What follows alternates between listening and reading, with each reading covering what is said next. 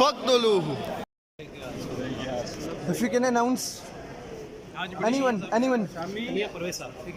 announce कर दें क्या फैसला आया है। अल्हम्दुलिल्लाह हाफिज साद रिजवी साहब की पिटीशन मंजूर हो चुकी है और हाफिज साहब रिलीज हो चुके हैं। कब तक रिलीज किया जाएगा, ऑर्डर्स कब तक मिलेंगे? इंस्टेंटेनियसली रिलीज हो जाएंगे इंशाल्लाह। आज ही शॉर्ट ऑर्डर आ जाएगा, उसके बाद डिटेल ऑर्डर आ जाएगा।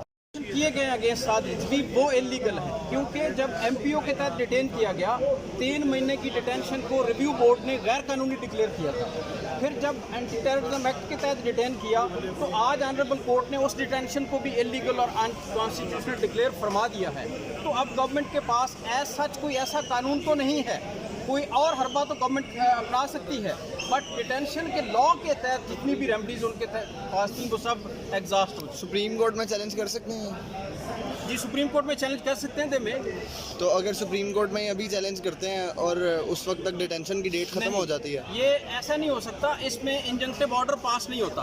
हाफिज साहब आज रिलीज हो जाएंगे इंशाल्लाह।